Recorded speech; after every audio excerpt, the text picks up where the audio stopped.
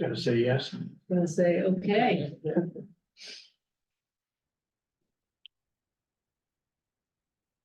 Okay, so. Let's go back. To the. January meeting minutes. I watched about half of it. I read them over, they looked good. What's it? Said I read them over, they looked good. Oh, okay. Yeah, I did write pretty detailed minutes for them, for the discussion, because, There was a lot of suggestions, and yeah. Anyway.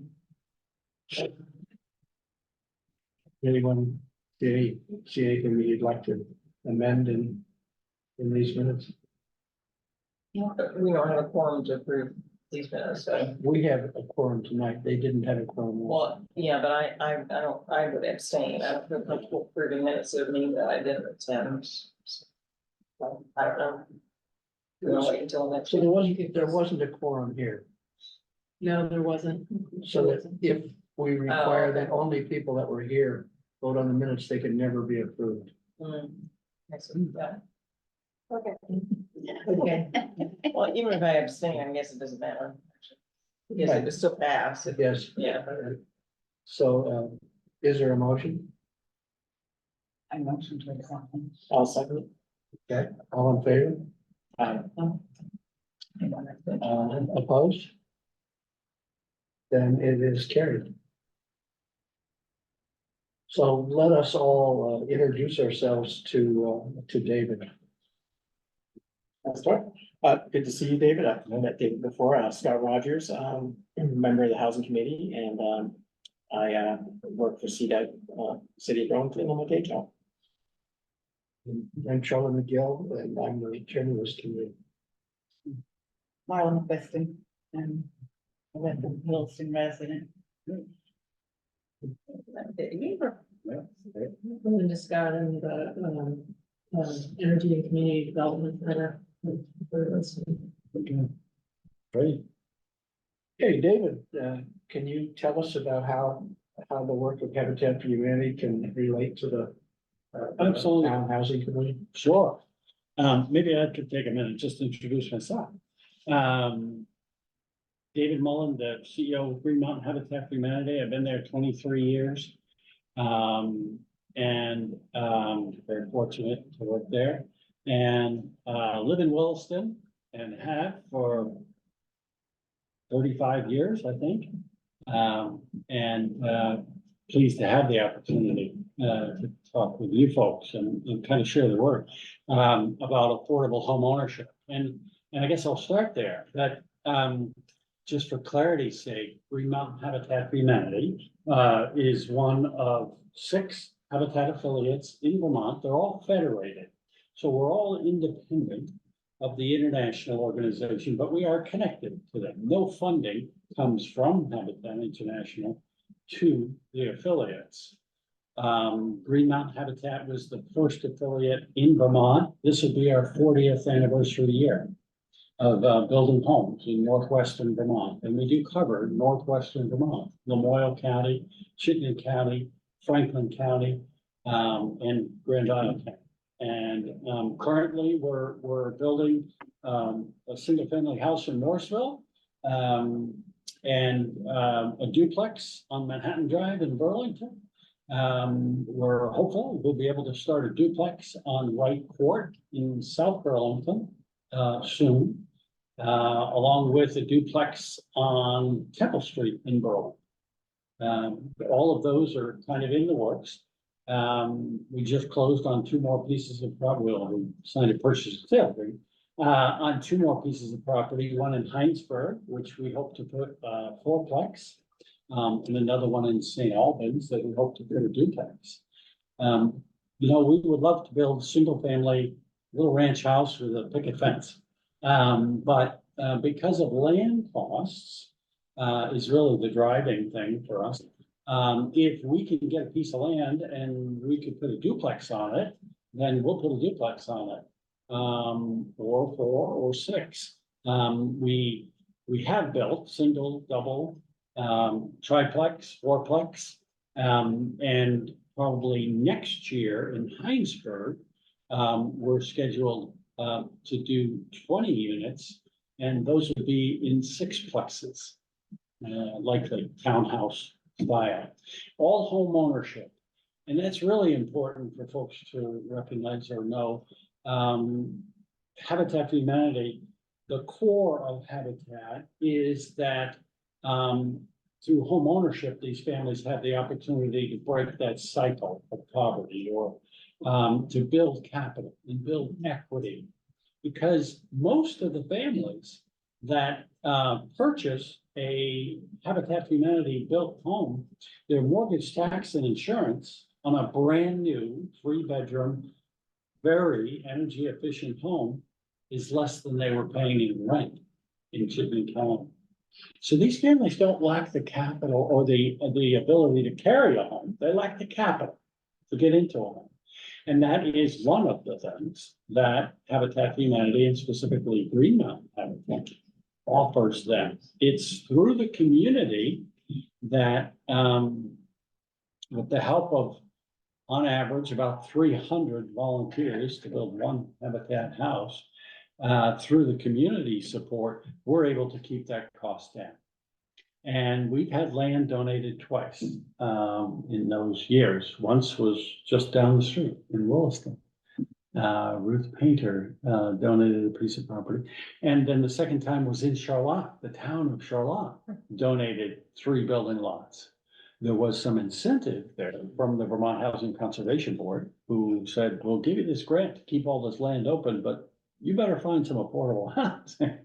And so they did, which was great, wonderful. And so most of the time we're buying land. And again, we've done an individual lot. We've done complete subdivisions where we're bringing in water, sewer, electric, septic systems, all of that. We're capable of doing that. We build 5 or 6 houses every year. And our board has made a commitment to move us up to 10 because of the need in Vermont for affordable home ownership. And to stay on that home ownership, through home ownership, it enables families to put down more roots, to become more of the community, involved in the community, have more of a connection to the community. Habitat buys the land, builds the house. We do pay some contractors, electricians, plumbers, excavators, licensed tradespeople. But the majority of the labor done on a Habitat house is volunteer. And so we buy the land, we build the house, and when it's done, we sell it to the family at cost. And that family traditionally has to put in 400 hours of sweat equity, helping us build that house, or perhaps working on the house and on their neighbors' Habitat houses that's being built. Or some of it can be put in at the Habitat restores. Green Mountain Habitat has 3 Habitat restores, one in Williston, one in Milton, and one in Swan.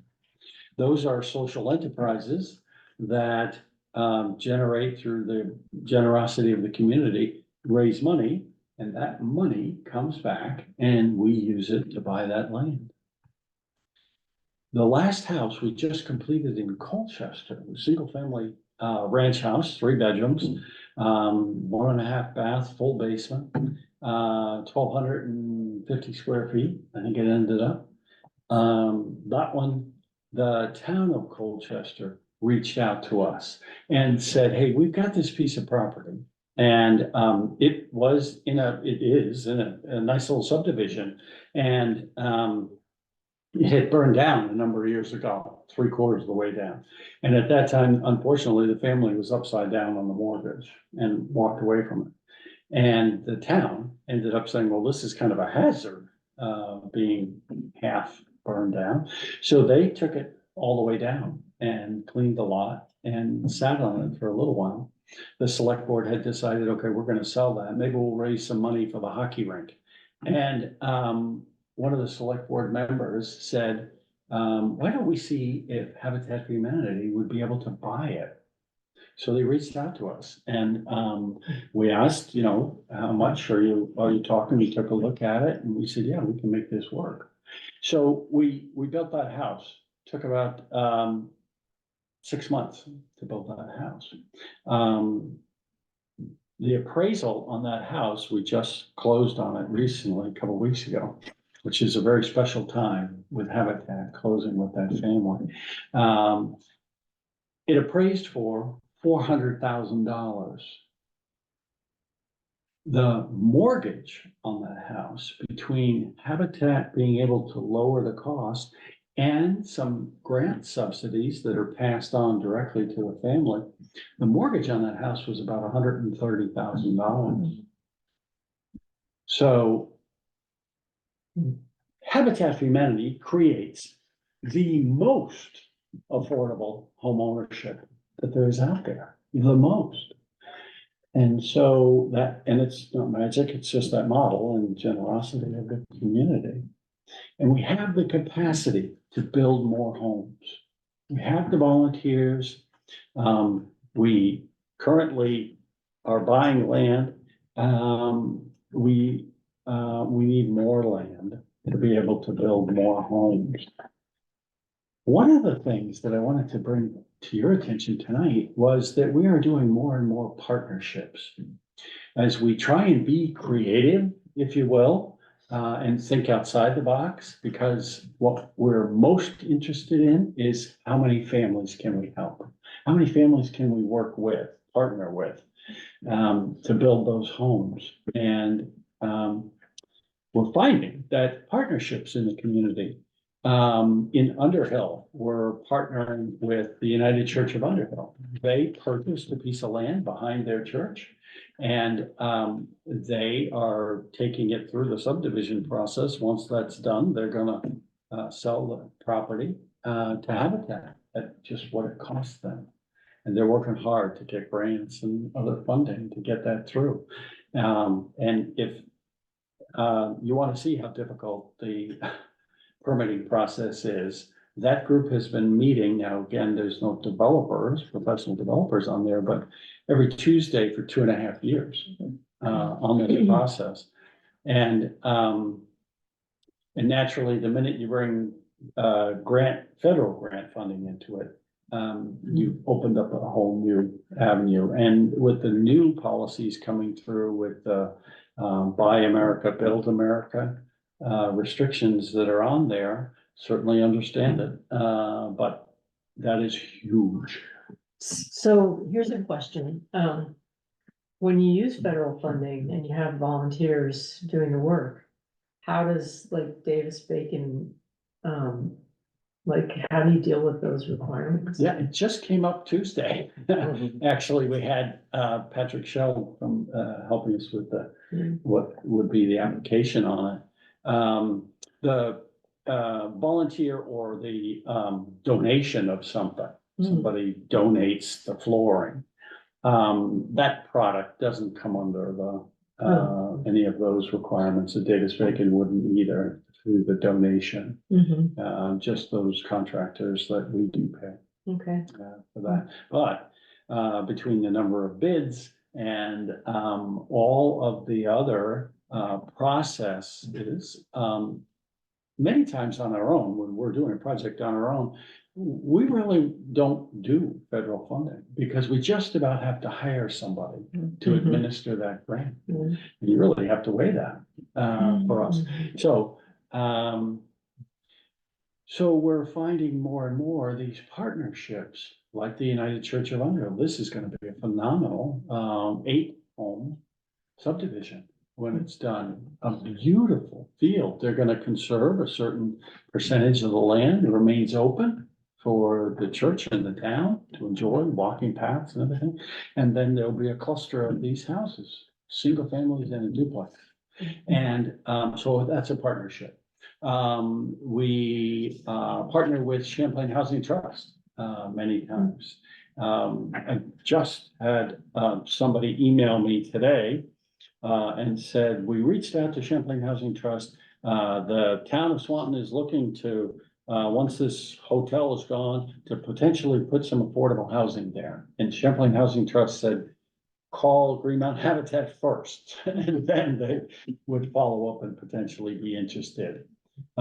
Because Champlain Housing Trust, as huge as they are, what they do best is the larger projects. And we can bring in that, again, most affordable home ownership. And so together, we're able to do more than we could apart. They bring grants to the table that we don't have access to, and we bring grant money, and we bring that volunteer labor component to it. So that partnership is a phenomenal leverage, if you will, of what's available in the community. We are looking to partner more and more and more with private contractors where there's inclusionary zoning. Yeah. And so, you know, I'm more in favor of the carrot versus the stick, if that's ever possible in a scenario. And so my thinking is for the developer, we'd like to tell them, look, you do what you do best, and that's market rate homes. And we'll do what we do best, and affordable home ownership, and we could work together on that, especially because most of the time we buy the land. So we'll buy it from that developer and put it in, put the house in, and we can work to fit. So the latest Williston housing regulation is that in developing large developments that they need to have either 10% affordable or 15% affordable, depending on what level. So if they have 10% of their new homes are affordable at 80% of the AMI. right, then they meet the requirement. And I keep hearing the developers say, we're gonna lose money on those. Yeah. And I keep thinking, how can we make the connection with them? I confess, I've been involved with Habitat for a long time. How can we make the connection with them to see that they don't need to do the investment of their labor, their contracting costs? That they can, there's somebody that can do that for them. I wonder if that's something that the planning office could help them with. Yeah, I think, certainly in the case where, I mean, right now, I feel like most of the projects with affordable components are coming in with like, multi-unit apartments, you know, where a portion of those apartments will be affordable. So that might not, that's Yeah. probably not gonna work, but. That's not Habitat. But in the cases where you've got a fairly small development, and they've committed to building some of the homes affordable, yeah, I certainly can see that, you know, that being. We've also had developers where, they've almost, built out the entire development, and there's that little weird shaped lot over there, that's called the Habitat lot. And so there's another opportunity, for that. And, so a lot of times it's a matter of getting the word out that there is an opportunity here, that, that this can work. We're looking at, parcel of land owned by the city of Burlington, for potential development. I just met today with, Regina, the city manager in Essex, regarding a parcel that the city owns, that where we could potentially, have a public park and Habitat for Humanity built homes. Again, Habitat builds quality homes. They're not cheap homes. The Efficiency Vermont folks come through and do their inspections and their blower door tests to see how tight our homes are. And they tell us we're building some of the most energy efficient homes built in Vermont. Wow. Because naturally for the typical contractor, time is money. And so let's get this thing built. And with Habitat, we have the ability to take the time to make sure that we put mechanical ventilation into those homes, so that not only are they the most affordable homeownership, but they're healthy homes as well. Because the mortgage is gonna stay the same, but utility costs are gonna go up. So if we can control those, we're helping that family that much more. Habitat, Green Mountain Habitat does work with families at or below 80% immediate income. So they're working families, and they're in your schools and, we have a number of families that work up at the hospital. They're not the doctors, they're the ones that support that big. I think I saw that one of the families was about 45% of the median income that got into a house. We've been able to go Just that recently. far down Yeah. in some cases. It sounds like you choose the families before the building starts, is that right? So that they can be, The what? you choose the families before you even build the. Yeah, it varies depending on the situation we're in for permitting and everything else. One of the obstacles we have, actually comes up in that situation where, we get a piece of land and, we design it, what the house is gonna look like, then we, open a window for applicants. And, they can apply for that and, that home. If we select a house, a family for that home, typically it's about 12 months till that house is completed and they're able to move in. So, what we're finding is many of these families, that's too far out. Things are not that stable, Yeah. kind of thing, and, which is unfortunate. We certainly have plenty of applicants and families for the homes, but that's one of the obstacles. So we try whenever possible to potentially design that house around the family. But sometimes we're building the houses and selecting the families at the same time. So it varies depending on the situation. Do you want to talk about the economic payback for the families? This family that bought a house for $130,000 that was appraised at $400,000. You want to talk about when they decide that they're ready to move on? Yeah, I think. the Or do you last want me to time I- talk about that? Well, that's great, thank you for the phone. I think, the last time I heard, I think the average American stays in their home about 7 years. Now, that was a while ago, maybe that's changed. Habitat for Humanity families stay much longer in their homes, for a couple of reasons, because it is so affordable, because they've helped build it, they know it inside and out, it's really their home. But should they want to sell it, it is their home, and we use that shared appreciation model where the family is entitled to all of their equity back that they paid their mortgage down with, plus a share of the appreciation. So we have the appraisal done when we finish the house. If 3 years down the road, they want to sell their house, we have another appraisal done. And that gives us the appreciation of the home during the time that they owned it. The family is entitled to 25% of that. So between their equity and their appreciation share, that's where they're building capital.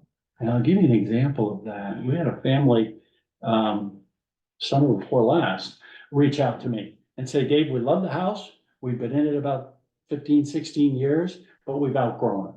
And we need a bigger home. And so I said, okay. So we had an appraisal done on the home. We lined up another family that qualified for that home. And we sit down at the closing table.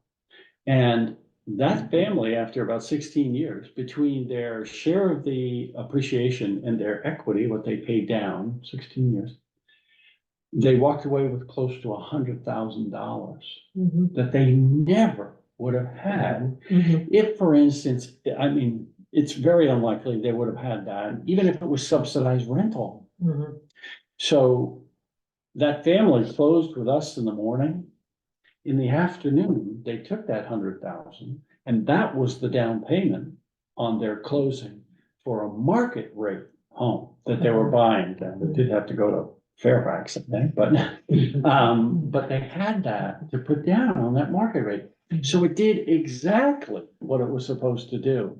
It enabled that family to build capital, enabled that family to get into a market rate. And because our homes are perpetually affordable, We're increasing the pool of affordable housing in the community. Another family was able to move into that beautiful little 3-bedroom ranch. So that cycle, and there aren't very many nonprofits. I talk about Habitat, we're fortunate that there are so many nonprofits, and certainly in the building we're in, I think there's 3. But many nonprofits, the food shelf, once that can of soup is gone, it's gone. But with Habitat, when somebody made a donation to Green Mountain Habitat 40 years ago to help us build that first house, that donation that they made has come back to us over and over and over again. It's going into the Manhattan Drive house. So that's kind of a unique model for a nonprofit. That plus the our Habitat Restores are very, very important to us for helping us build homes. So it's the idea that affordable home ownership, that what that means to the community. And many times in the subsidized rental housing that's being built, I have seen anywhere from 200 all the way up to 400,000 per unit subsidies to build those. That is a lot. Yeah. Again, thank goodness we have some of that, because it does take a mix in a community, but Habitat doesn't have anywhere near that, for sure. And the majority of the money we raise is from the community to help those families. So we're constantly looking for more of those partnerships, whether it be with a town or city that might have a piece of land. We're partnering with the city of South Burlington on 16 units. They have a piece of land that Green Mountain Habitat is going to build 8 duplexes, probably next year. We'll start.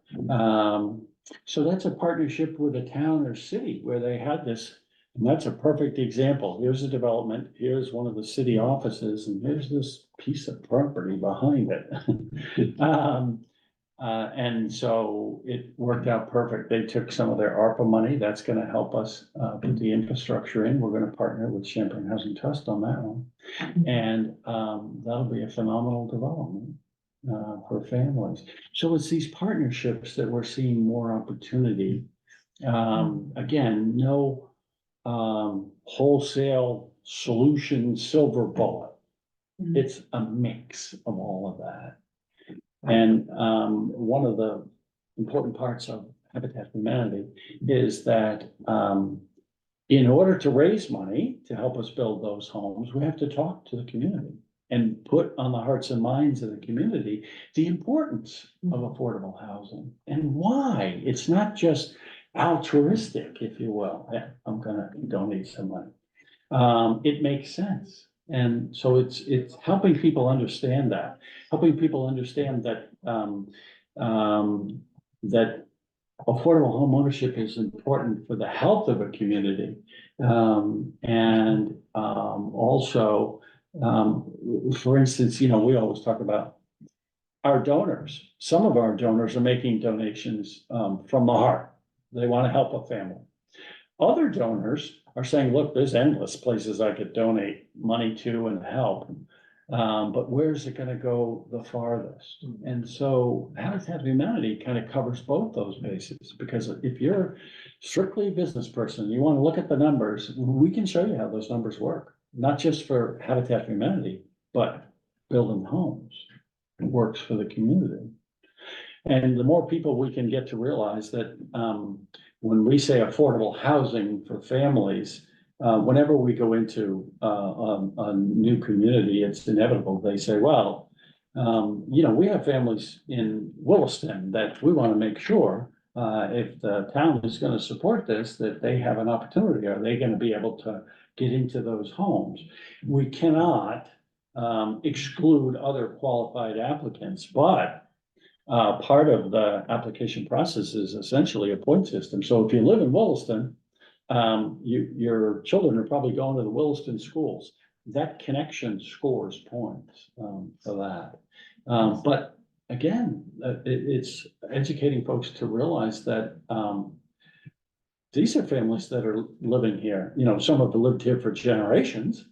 Others are new Americans who are, moving into, the communities. It's a mix. It's people, it is folks from the school or the hospital, or, a bookkeeper or, it's endless, the number of different, types of families. And, so between quality homes, home ownership, families that are working here, that really the only reason that they're not in a home is they don't qualify for that market rate home. So, And is it only families or do individuals? no, that's a good question too. We say families, but we have had applicants and current homeowners who are single.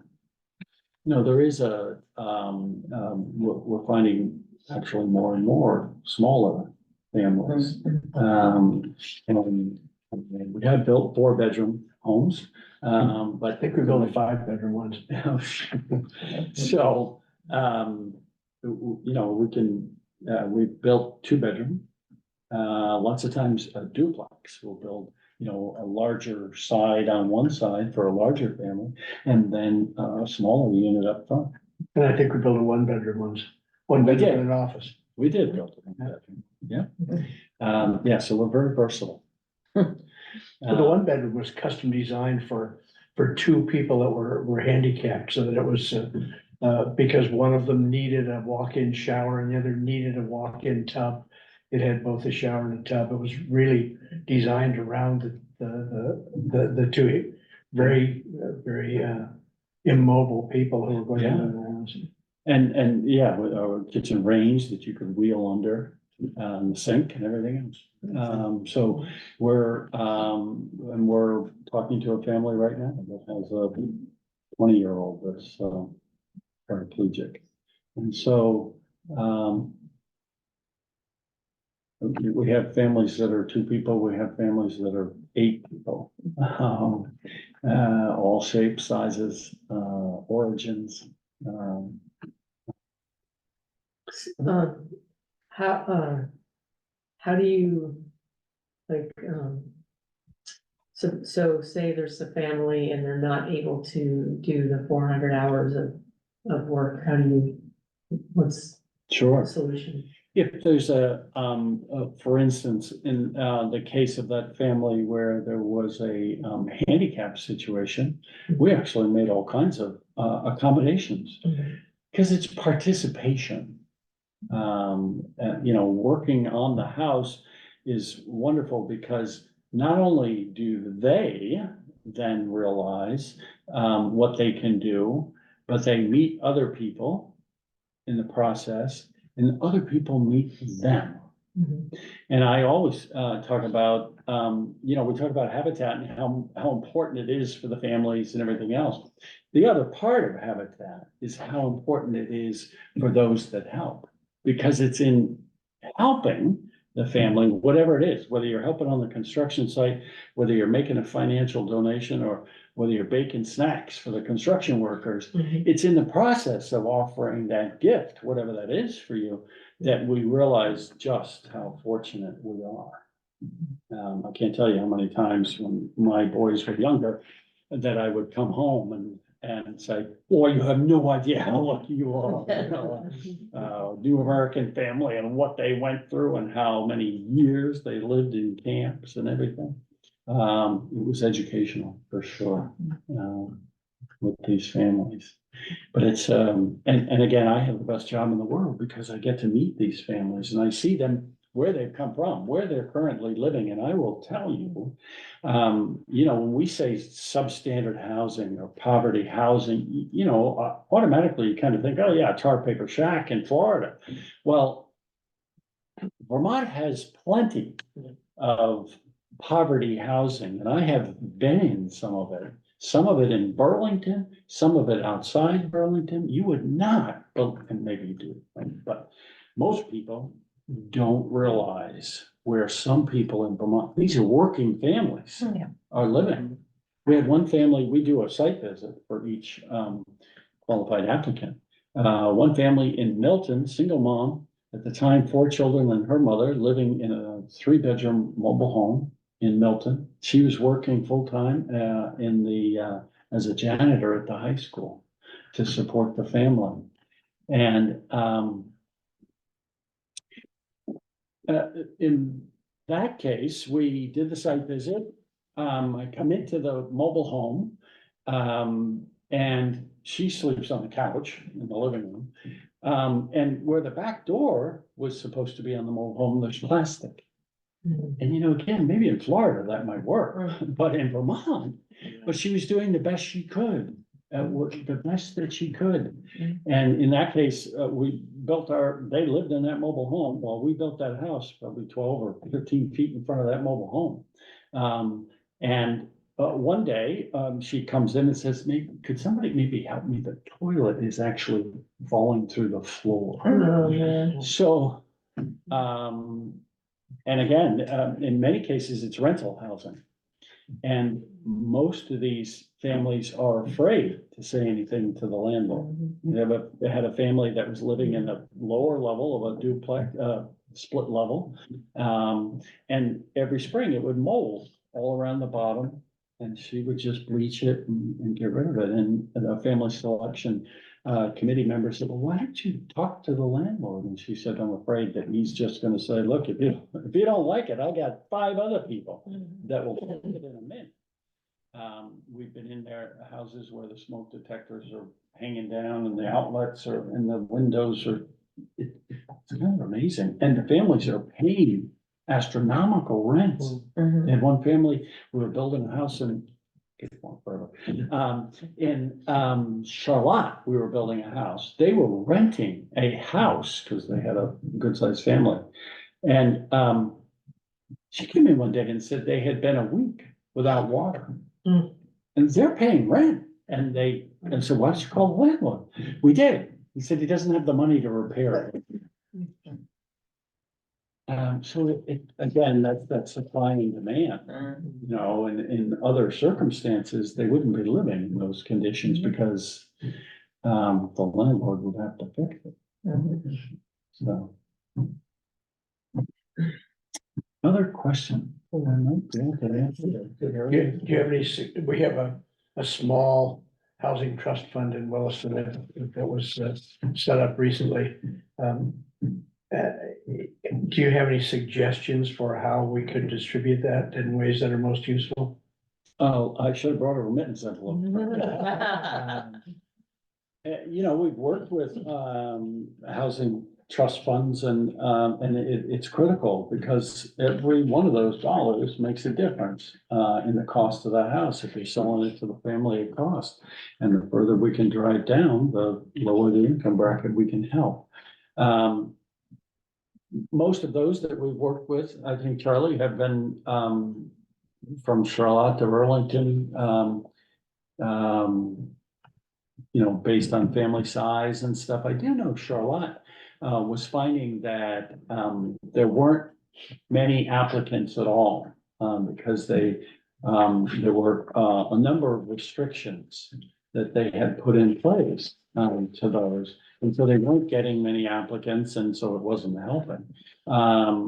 Again, I think Habitat checks a lot of those boxes. So we're able to come in and nonprofit and selling it at a cost and perpetually affordable. That perpetually affordable is important in a lot of grants and housing trust funds. You literally could circulate it right back in and put it towards permitting fees on an affordable home. The housing trust fund is important. Looking at what resources, a number of years ago, we looked at the land right behind town offices. Before there were solar panels. Then and- they found out that there was a wetland there. Right, yeah, and then we're That was trying so to- frustrating. Well, and the other thing about that process is the person we were working with from the land trust understood what we were doing. And she went on to a different job, and the person who replaced her Oh. didn't know what it was, and she was all into, you could build an apartment house here. Yeah, And so that changing, but finding that it was a wetland was really difficult.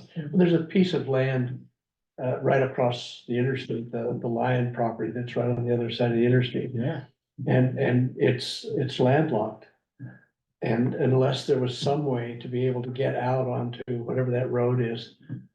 and I've forgotten the name right now, right beyond the health center. Yeah. There's no way that anybody, you just got a for sale sign on it now, Oh, yeah. but it's inaccessible. Yeah, And Ryan wanted to sell it to us for $50,000 when it had room for 4 or 5 or 6 houses, but there's no access to it. yeah. Uh, Well, that is where it comes down to many times, if enough people know about it, then, these unique situations, or that there's motivation. To find a solution, if you will. And Green Mountain Habitat, I will say personally, we've been very, very fortunate in the zoning offices. Naturally, we're not asking for, and they're not willing to break rules. But, it's been my experience in the zoning offices when we're going in, that, we're looking for a way to find yes, right? How do we get there? It's not every time. But that makes a big difference, Mhm. especially when you're a relatively small organization. That's a big deal. And the longer and the harder the process, basically more obstacles to it. So there are some brilliant minds out there, and with the right motivation, or the right, education or awareness Yeah. building of, what they are. I was, looking to partner with a church, in Essex, and, the church was very much in favor of, they had a parcel, their parcel was pretty big, and they wanted to, work with Habitat. And so they said, look, if you could take it through the subdivision process, and we had agreed on a price, we'll do it. And we had started, we had it surveyed and, talked to the town and figured it all out, and we're just about to start the permitting process. And, it was a church on a corner and then a private road, dead end road. And, so the church said one night, we need to have a, community meeting. We're getting all kinds of folks asking what's going on there. And, so I said, great, bring them in and we'll talk. Well, I will tell you, I joked with our board that I think if they had torches and pitchforks, they would have brought them. It was the most vocal, not in our backyard, that I have run into. And, lots of times you can kind of hear it under the surface of something or a conversation, but this was, why don't you build in Burlington? Why, those people would love to be closer to Burlington. There's no bus out here. We don't have a partner family that doesn't have a car. Yeah, it's Vermont. And, and I said, look, if I had a piece of property closer to transportation or schools or whatever, I would be looking at that, but I don't. And their pressure was so severe on that church that the church ended up saying, we think we need to back out of it. Really, really unfortunate. But, and we were gonna build, we took that into account. These are 750,000 and 1.5 million houses on that road, nice houses. And our thought was, look, we're gonna build a duplex, so on a mass, it'll look like the one across the street, kind of thing, but all they heard was affordable housing. And, what it would do to their nice neighborhood. I mean, so I think there will be opportunities to partner, because, especially because of, the inclusionary zoning, that we recently passed, and that, you know, certainly for the smaller projects, you know, there's a good opportunity to partner there, and I mean, we kind of expect that most developments are going to be inclusionary. You know, the other route is, you know, much more, it's much more complicated for applicants, so. I mean, I think that we've really incentivized, you know, having inclusionary projects so that, I Yeah. think that's the route that most developers are gonna take. Sure. Does Williston's, process, offer an opportunity for a developer to do offsets? As in, I'm gonna do all market rate houses over here, but I've got another parcel on the other side of town. We don't currently, but, yeah, I know Didn't, that didn't that's. they used to let them do that with a different developer or something?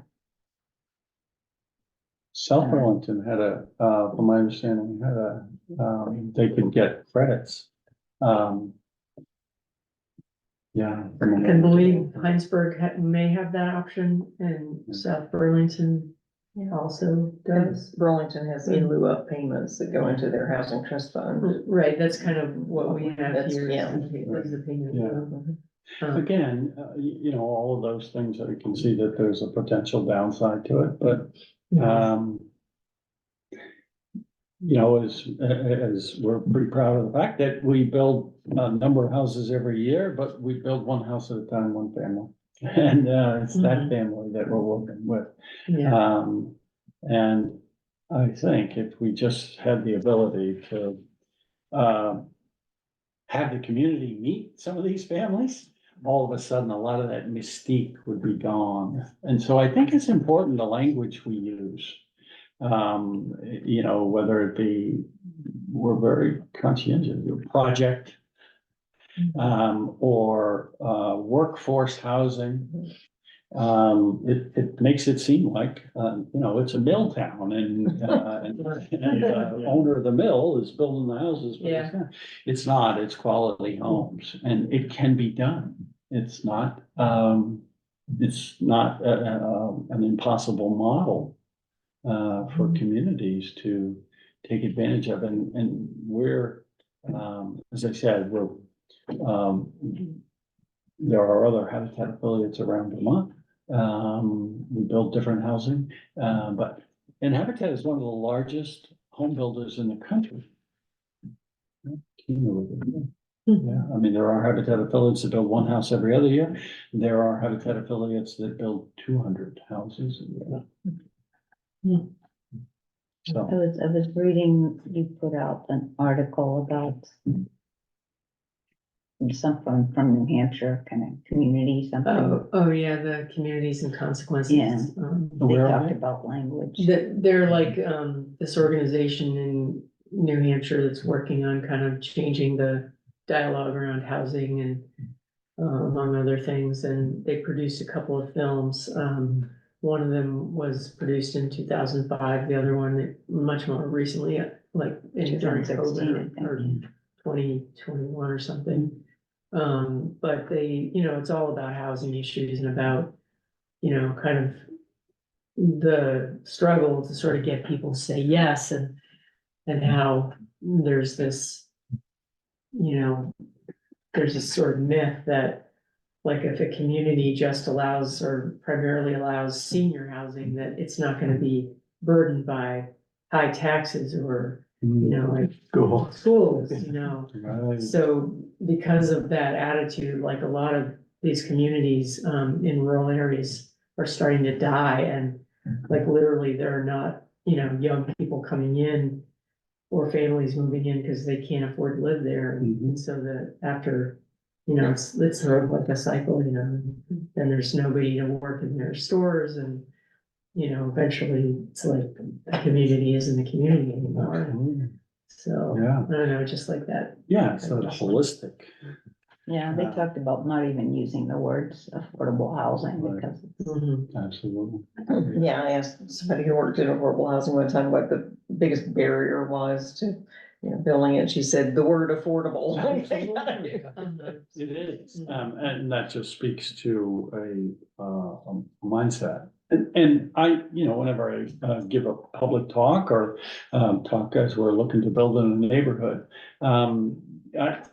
I own a home. It's the biggest, most important asset that I put blood, sweat, and tears into for a lot of years.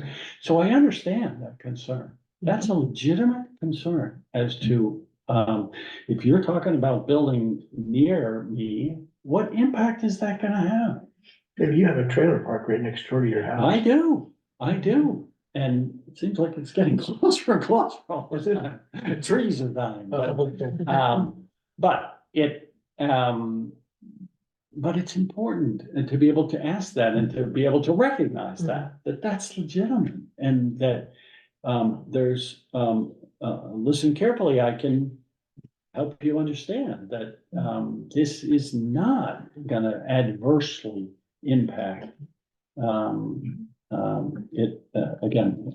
is there an average income of your families? I don't know if we've ever gone one again. Early on, the maximum we would do is 60% of median income. But so you have, and we had to raise it, because what you're finding is that, if it was 60%, then, there's a window. These folks down below, they can't afford it. Yeah. And so if the cost of housing is going like this, then that window is getting smaller and smaller and smaller. Mhm. So we raised it to 80 to increase that potential pool. Yeah. And that's the highest you can do with Habitat for Humanity Mhm. nationwide.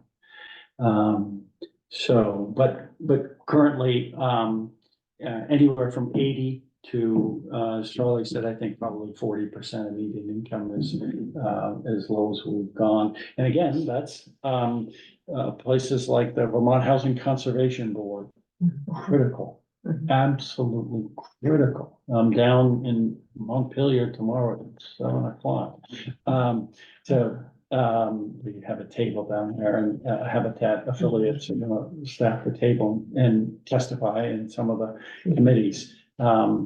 And it's just that, I can't tell you how many times I've testified down there and they were on the housing committee and didn't realize Habitat was homeownership or that this idea of perpetual affordability and Vermont Housing Conservation Board is in there. They probably have a lobbyist, but it is critical and important in bringing down the cost of those homes to those families. Thank you, David. Anybody have questions for David? I have a problem because I've been so involved in Habitat. But Sutton County, Georgia decided that they were going to eliminate poverty housing from their county. So they got a consortium that included credit unions and banks and Habitat for Humanity. And there in South Georgia, shacks are visible. One of the things about Vermont is that you can drive by a place and not have any idea what's on the inside. So that affordable housing isn't visible from the outside. There it was. And they went around and they did an inventory of the whole county. And then they sat and decided, yeah, these people can afford a conventional bank mortgage. These people need some help. So a credit union like Opportunities Credit Union could help them. Habitat for Humanity built a development of 135 houses that I had the opportunity to work on 3 years in a row. So it was a great experience. But that whole community working to say we just don't want substandard housing in our county was. I don't know how to make it happen in a place like this where you can't drive around and see what's a shack. But the idea of putting housing on the conscience of people to the point that they would consider doing something like that. I'd just love to figure out how to do that here. Absolutely. Yeah. Also, one thing that, we are finding more and more is that, we've had informational meetings where we've got this house on Cherry Street and, that we're gonna be building, and if you're interested in applying, come to this meeting. And we've had 50 applicants for that one house. We've also had houses where it was a duplex and we had 2 applicants. Fortunately, they qualified. But what's happening more and more, we're hearing and we're seeing, is that these families that would qualify are in a mindset of, I can't afford to buy a house. I have trouble paying my rent. So they stop looking and they stop asking. And so, because again, how many times are you gonna bang your head against the wall before you realize, no, I'm not gonna bother? That's why a lot of, I had 2 families individually, separate, say at the closing, I never thought it would happen. One was a single mom. And she said, even after I was selected and building the house, I thought, something's gonna happen. I'm not gonna get this. And, so that's the world that, a lot of these families live in. And I think that idea that, we have our own reference frame many times. And, whether you're, all different examples of it, but, it's amazing, for working families and, that, So anybody have any questions for David? yeah. Oh, I have a question. Is people going through this process, do they go through some financial literacy training on the responsibilities of, you know, having a home and mortgage and Yeah. things of that nature? Yeah, that's a good question, Scott. We, each and every family is required to go through the home ownership center Mhm. and complete their ownership training classes. For that, they could always use more. And, we've talked about the idea that there probably is a financial counselor out there that would love to volunteer a night and, meet with a group and talk about some of the things. We talked about actually having volunteer for tax preparation. Just for advice, doesn't have to fill out your tax forms, but advice, you know, so we're always looking for, folks who wanna offer their gift, whatever that is. Thank you so much for the opportunity. Thank you. Monica, any questions? Yes. No? Okay. Great, thank you so much. If there are any questions, ask Charlie. No. That's who I go to. We appreciate it. We hope, especially since I live there, we hope we can find more opportunities in Williston. It would be great. Thank you so much. Yeah, thanks a lot. Good evening, Stephen. Nice to see you. And my wife and I were working on the second house, the affiliate built. It was our first to work on it. And we were working 3 Saturdays a month and on the way home from Milton, my wife Ruth said to me, Lisa, who I was working with, is a homeowner. Did you know that? And I said, no. She said, yeah, while we were working together, she suddenly started to cry and said, never in my life did I ever expect to own my own home. And that got us hooked. What's next on our agenda? Let's see, we share.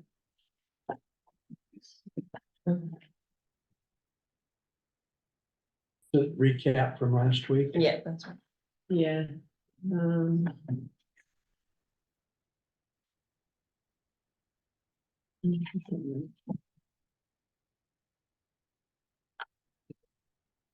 Sorry.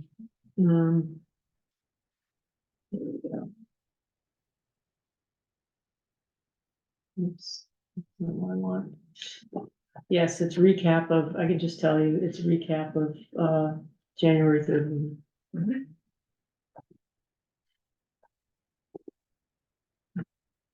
I only watched maybe a third of the video. It was, Yeah, that's what I did too. what's that? That's what I did too. Got well into Jericho. Yep, And it yep, was, yep. So you two were here for it? Okay, so tell us. I about was what not, though. you- That was, Well, it was very good. They all had good ideas. Jericho has done a lot, of reaching out to the community. Monica was there last Mhm. time. Yeah. Um, done a lot of reaching out to their community in various ways to work on educating people. I think they were talking about a not in my backyard program or trying to do something, but they had like a table at the town meeting and a table at 4th of July or whatever to looking a lot. They talked about asking people more like a survey kind of thing of, well, how finding out, connecting with their family story. So, where did you buy your first house? How did you get to Jericho? How did you, trying to help people instead of talking about, oh, we need affordable housing, helping them see where their own personal story would have connected with having some ability to buy a house and what kind of situation they were in and that kind of thing. Yeah, I mean, it sounded like, SJ, Sarah Jane, she goes by SJ, the chair of the Jericho Housing Committee, has really been doing a lot of kind of one-on-one, just like talking to people, and it seems like I personally felt inspired by it. It just seems like she's been able to really connect to people by her using that approach of just like, tell me about yourself, how long have you lived in, when did you buy your first house, just like getting people to reflect on their own experience kind of brings it, close. Yeah, And- kind of busts the myth, she said. Yeah, You get underneath there. right, like everybody's been there, right? Yeah, Yeah, even things like, do you have kids? Would they be able to afford a place here? Would they like to live here? mhm. Yeah, she was talking about, like starting a YIMBY campaign, A what campaign? a YIMBY campaign, yes. Yes, to in my backyard. And so, I don't know, it could be interesting. yeah, they did that in Eugene as well. Oh, yeah? the EMB campaign. I think it's been very effective. And what was that, like, what did that entail? Oh, gosh, most of it was through telling stories of the type of people who need, affordable homes, and I think bringing it down to a personal level that they're just like all of us, that it's not a separate type of human being that needs these homes, that we've all been there, and talking about that. But it is interesting, again, what David brought up, what others have brought up here, is the term affordable has almost become a dirty word, which is really a shame, but I do like the idea of trying to market it a different way as quality homes. And that, I think could be part of what a HIMBY campaign could be for Williston. Yeah. Yeah, for sure. Another thing I liked about what she said was that they came out with targets and goals. Yeah, I was thinking that would be something we should really work on, how many rental units, how many homeowner units, affordable for what income level. was that what it was? I had just written down that they had a housing target resolution. Well, yeah, I kind of I was, think they did do some kind of assessment. yeah. I think, my impression was maybe AJ, or what did I say, SJ had sort of done that on her own. Oh, really? I don't know, she seems to have done everything. Well, yeah, she did talk about people that their committee was made up of people who didn't know anything about housing. Yeah, Yeah, kind of interesting. right, But that does seem to be, yeah, that, Well, yeah, to have some kind of housing targets would be. yeah, Mhm. and they said, I think she said that that was established a concrete goal, and then that was adopted by the select board to be the town, part of the town plan. So how would you set a goal like that? That's what I was wondering. I didn't remember. Oh, well, I was hoping that we could get some, I was looking back through the housing assessment and there's this very useful chart that just does the subsidized, rental housing. But I was thinking it would be super if we could get, if we looked at all the different developments that are happening in town and, how many units are there? What's the range of, either the price or the rental, the rents and stuff, really get a sense of all that sort of thing. And then we could start to see where the gaps are, right? Yeah, yeah. I mean, probably the rentals you could get probably from just looking online, like for Finney Crossing. Right. You can look online and of course they have a portion of their, dwellings that are perpetually affordable. And we check on those anyway on an annual basis, but, and then for the homes, so recently, the state has mapped all of the property transfers in the last 5 years. And so that could be really interesting to look at that and kind of look at, the sales, price of those homes in the last 5 years. It would take some work to do that. Just the way that the data is organized, it's not easy to extract, but it could be done. It's very interesting. I mean, I could spend hours looking at that Yeah. map, but. Yeah, no, well, yeah, it sounded really interesting to me too. I would geek out on that as well, I think. But I was thinking that would really give us a sense of, because all this built, people I talk to who don't live in Williston, oh, you're building like you build on anything that doesn't move, and blah, blah, yeah. But we don't really have a sense of, but how affordable is any of it? Is it all, market rate that's just like totally out of line? But I know that we've had these different regulations in place for a long time now. And how is that affecting, what's really on the ground? Just anecdotally, since inclusionary zoning was passed, there have been a lot of applications coming through the door for inclusionary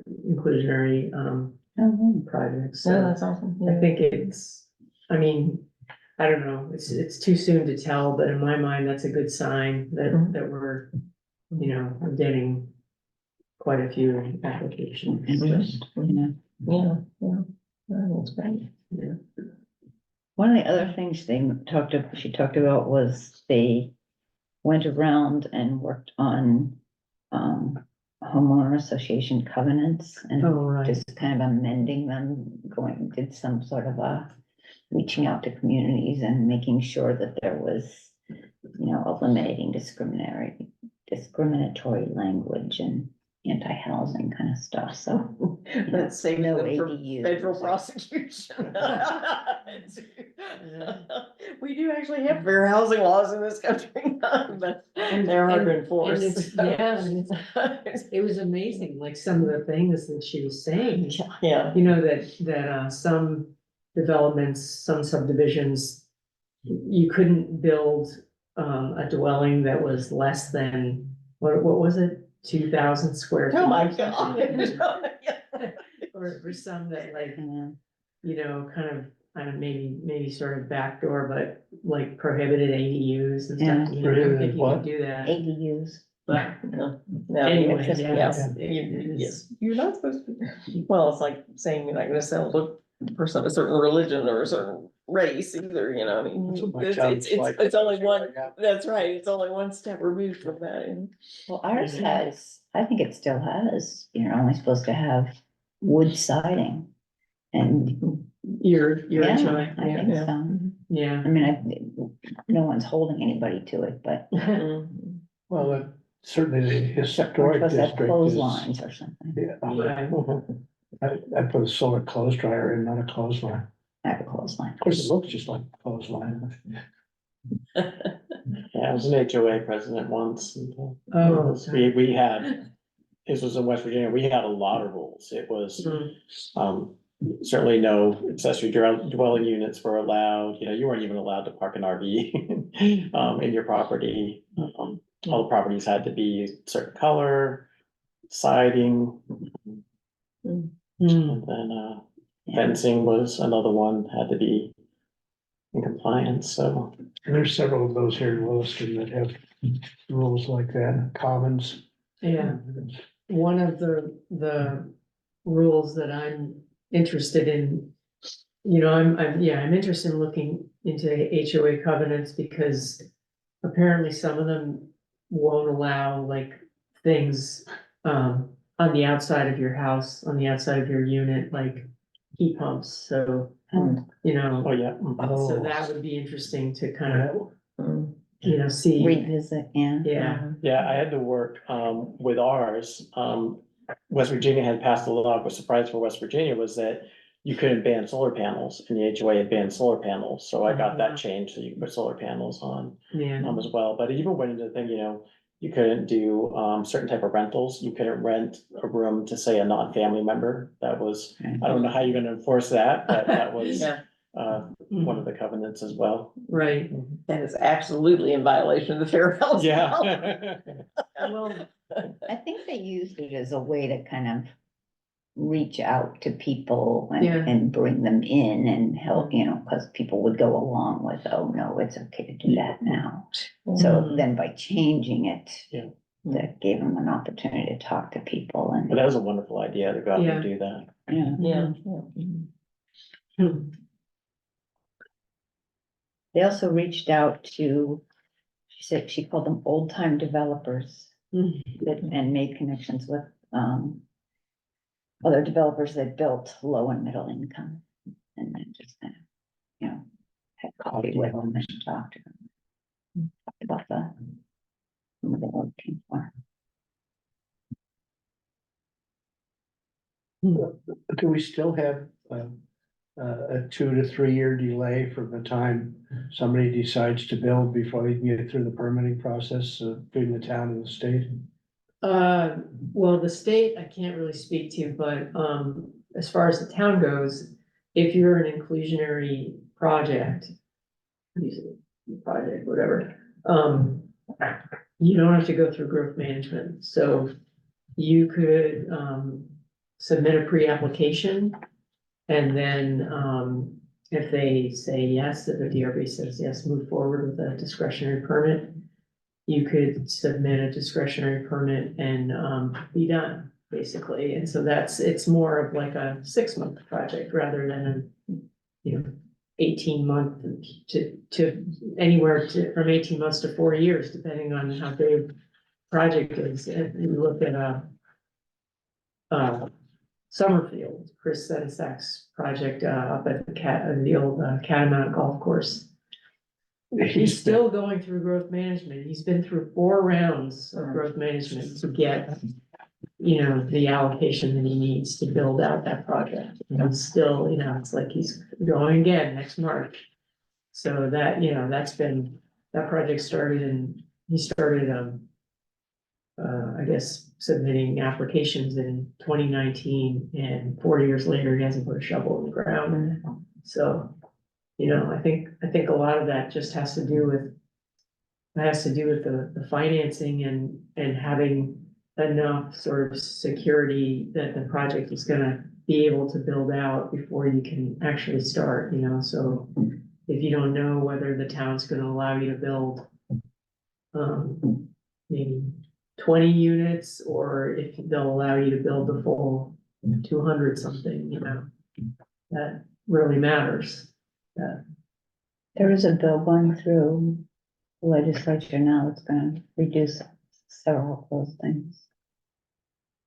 Helping- Well, you mean for Act 250 Act 250, exemptions, yeah, so, right, so there is, an Act 250 reform bill that's kind of working its way through the legislature. I think there are 4 or 5. I was gonna say, and that have been for many years. Yeah, right, but this one, I mean, the ones that are going through now, I think you may actually get somewhere. Yeah, I think people are kind of all fed up, actually. What's that? I think people are sort of all fed up and they're ready to actually do something, you know. Yeah, I mean, you know, because we're now in a crisis basically, and so I think that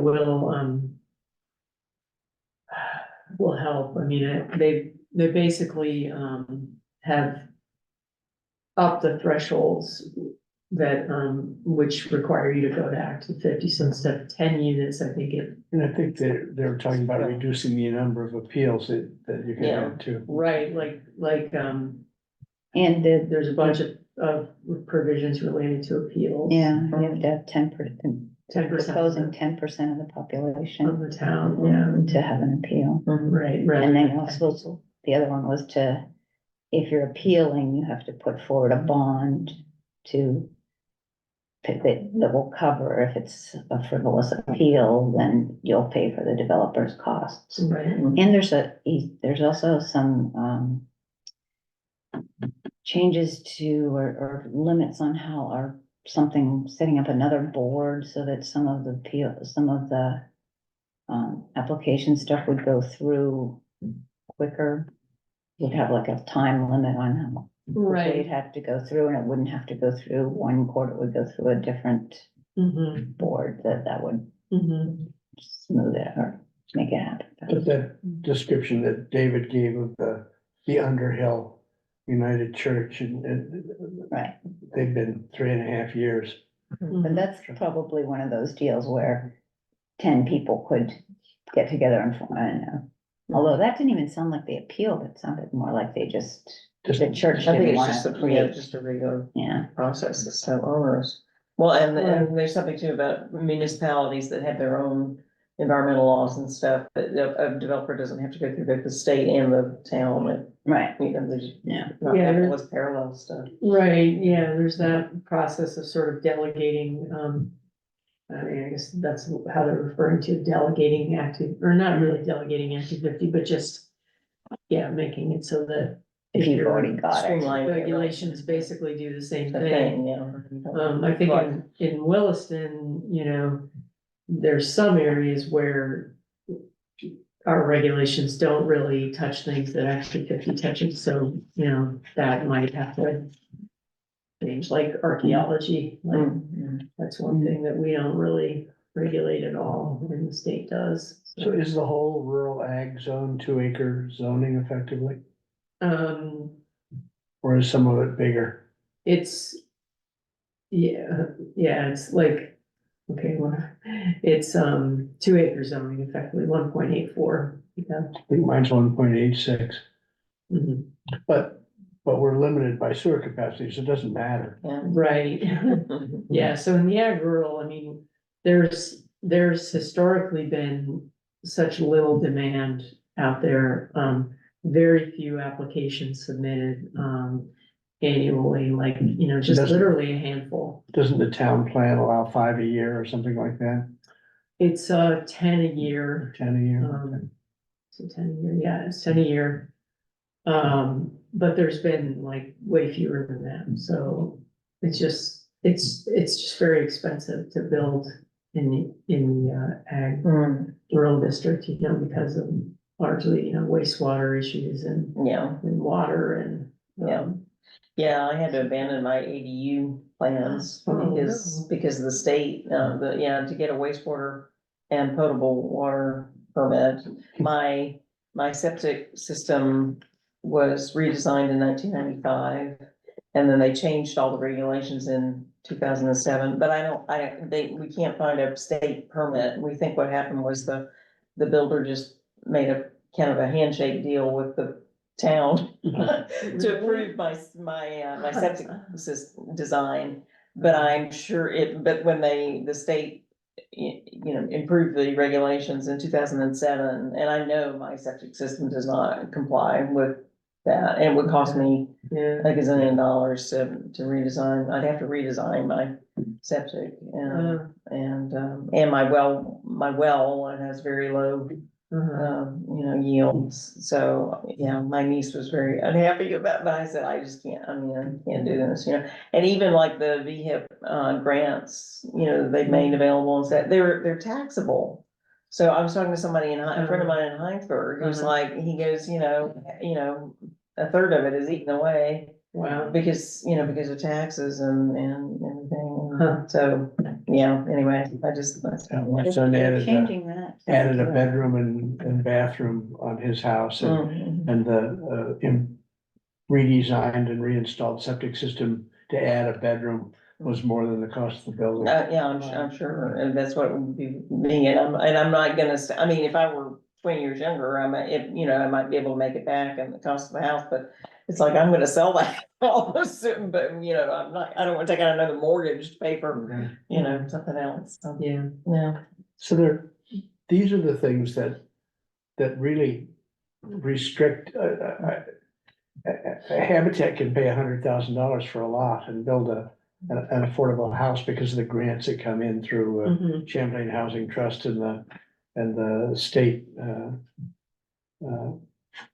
Conservation board. but that $100,000 has to include sewer and water, Yeah. Yeah. which means to build out where we are, where David is, that's just out of the question. Yeah. But in addition to which, there's no public transportation in that area, so. If we build enough houses in this area that has the water and sewer, if we build enough houses, it will get public transportation. That's a different issue, but, it's a restricted area, and I went through with the town planning and zoning and looked at all the town property to see if there were stray lots that we could build houses on years ago, and Yeah. there's some weird stray lots, but not that you can build on. Right, yeah, and, I mean, the town does own, Oh, now we A have lot of Catamount land, Forest. but it's Yeah. all, most of, the vast majority is restricted, conserved, Yeah, so. well, a lot of it is in the ag rural, so 5 Tree, Ellen, Yeah. Mud Pond and all that area. Yeah. Yeah, What's gonna happen to the old, state troopers building? What's the state gonna do with that? so, I don't know, Eric Wells, went to the legislature, to testify because, the town has an interest in first right of refusal, Oh. to purchase that. Mhm. But apparently we would require a charter change, to have that first right of refusal, I guess. I don't understand that. To use it, to take advantage of it. I guess, I don't really understand Mm. the whole, but that's the reason why Eric was, went to State House, but, Mhm. so yeah, so the town has an interest, but, the state, I know that they're gonna be keeping their junk there for the next few years anyway, apparently.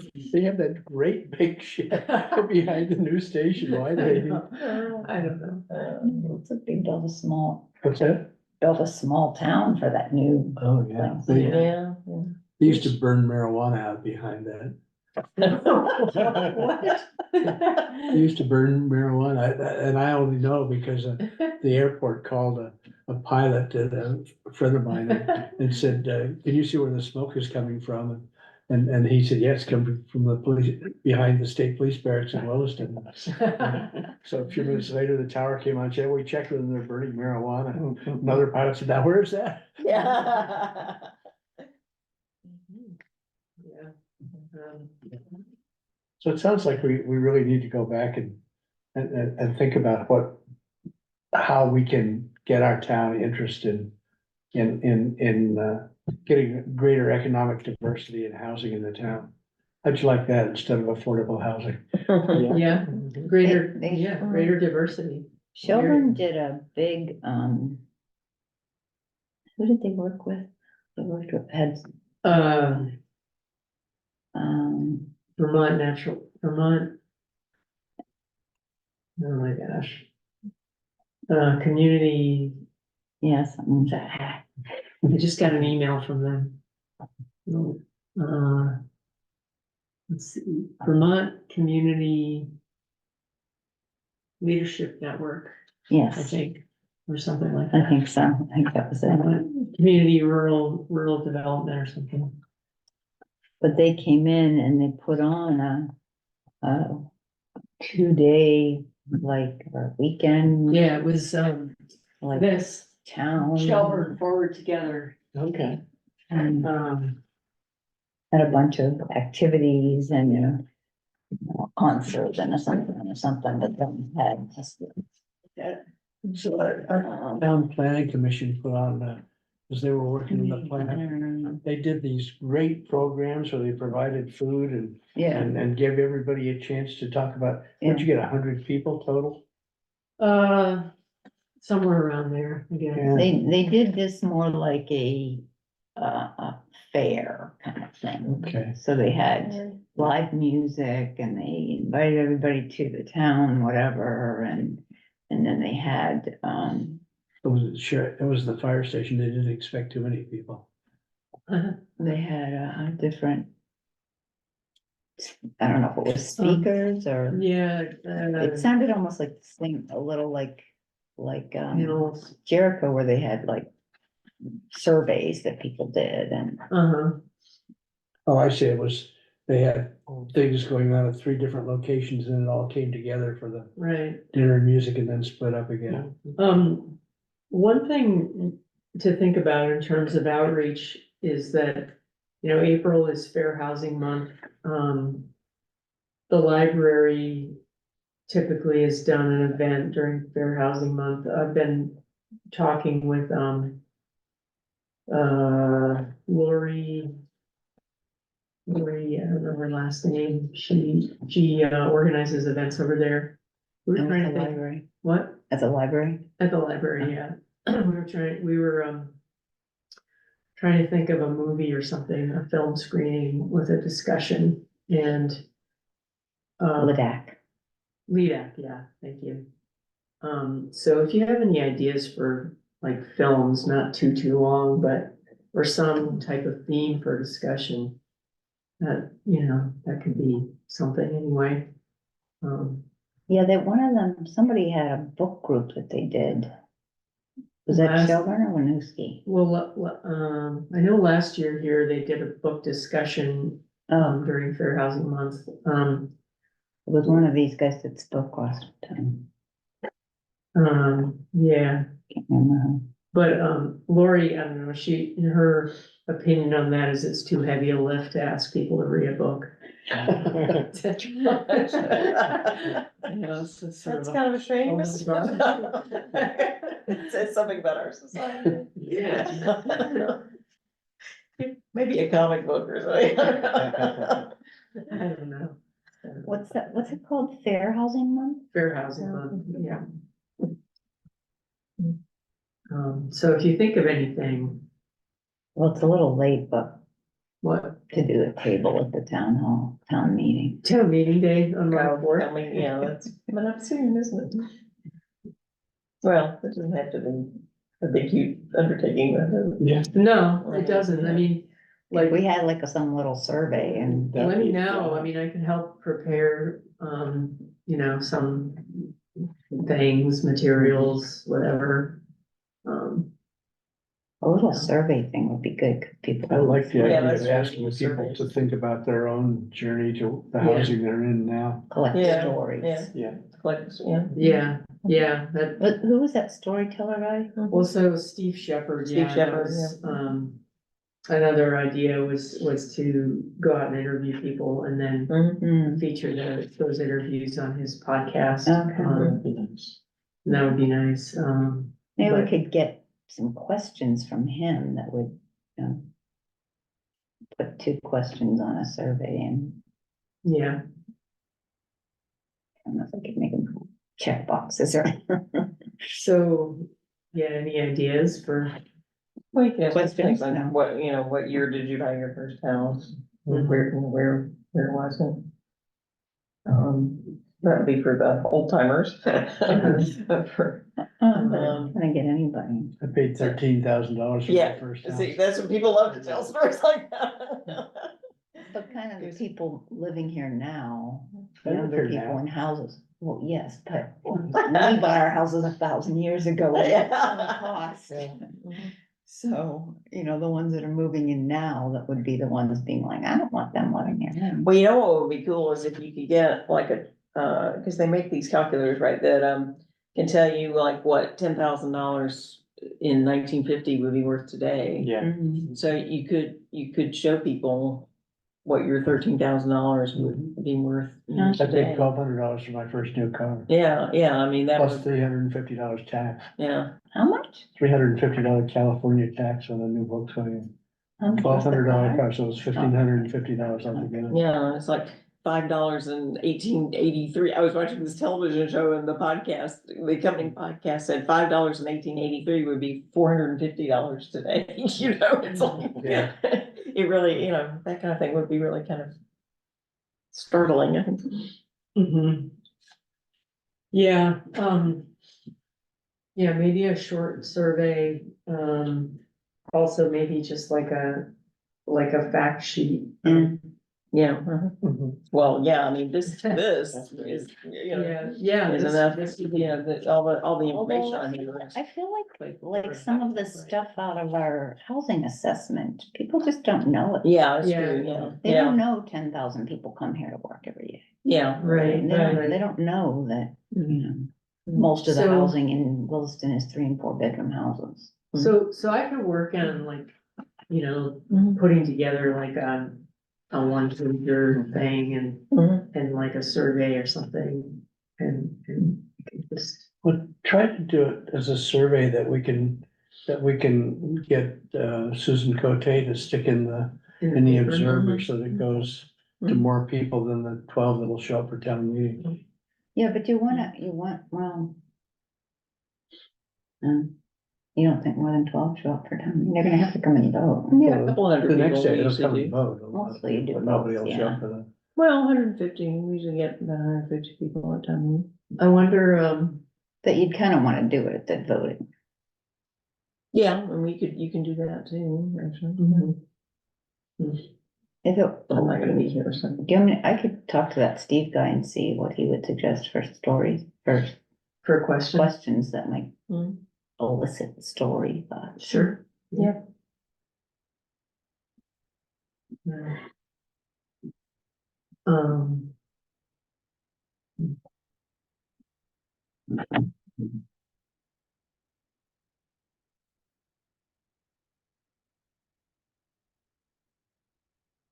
We could maybe ask SJ what they put on their survey. Mhm. Oh, we could probably find out. I bet they have it up on their website. Yeah.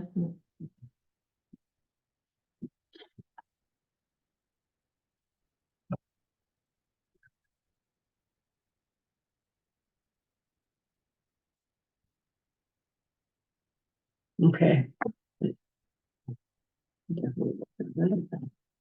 Can you have a table at the town, at the voting? Yeah, you can, but Sarah lets the Boys, Girl Scouts sell cookies and things, so, yeah. I can, ask Sarah and just like, you know. Yeah. See if we can do that. Make sure we can. More stuff from last month's meeting. Yeah, just. Is there anything else we need to do tonight? So, what are you doing next month? So next month, Bradley Hurley from Winooski is coming in to talk about their housing trust fund. Okay. Scott, would you be interested in talking about the housing trust fund that, information you sent?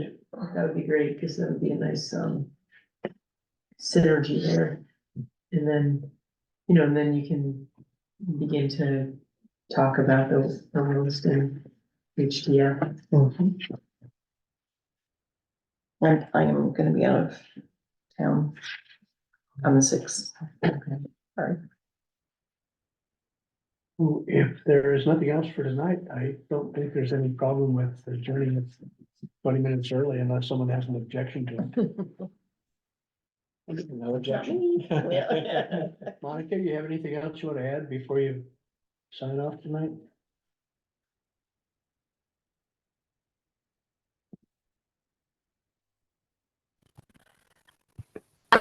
Oh.